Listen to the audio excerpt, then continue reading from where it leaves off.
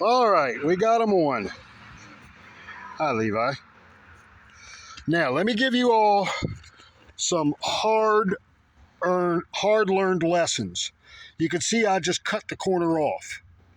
Now, this is the hole that you're trying to work in.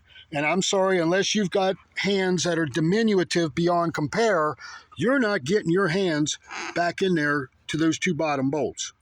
You are going to play the devil, okay? Now, this mirror, the directions suck, okay?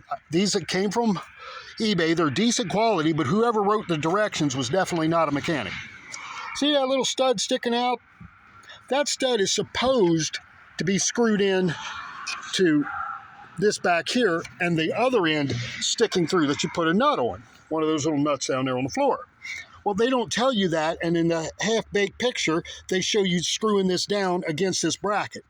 And if you want to talk about something that is a vocabulary broadening experience, try doing it this way. We did it, but I'm going to tell you what.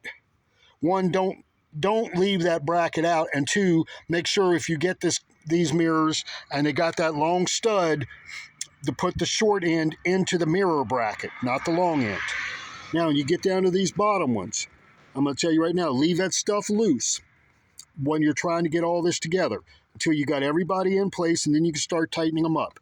You're going to need 10 millimeter, and you're going to need 12 millimeter. A box end wrench, if you've got an inexpensive box end wrench, one of them little Hong Kong cheapos, and a set of torches, warm up the box end, and you see here how the head's at an angle, okay? Here, Levi, hold that for me. Okay, see how that head's at an angle? You're going to want to bend that, no, keep it steady, Levi. You're going to want to bend this in over this way more, because that way you can actually get in there and you can have a little swing on it instead of having to use the open end and go one flat at a time. Honestly, and then flip the wrench upside down and do the hokey pokey and the walla balla bing bang and everything else. But they're on, they're done, they're good quality mirrors. I mean, they're OEM. You know, they're OEM quality.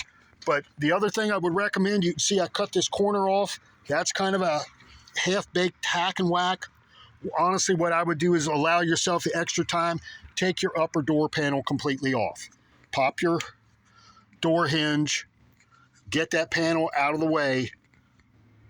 You know, get this whole bloody thing out of the way.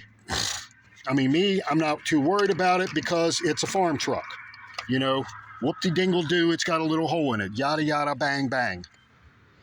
But, okay, so that takes care of that project. So now I can move on to putting the idler and the belt tensioner on this evening. And I was bending it the wrong way.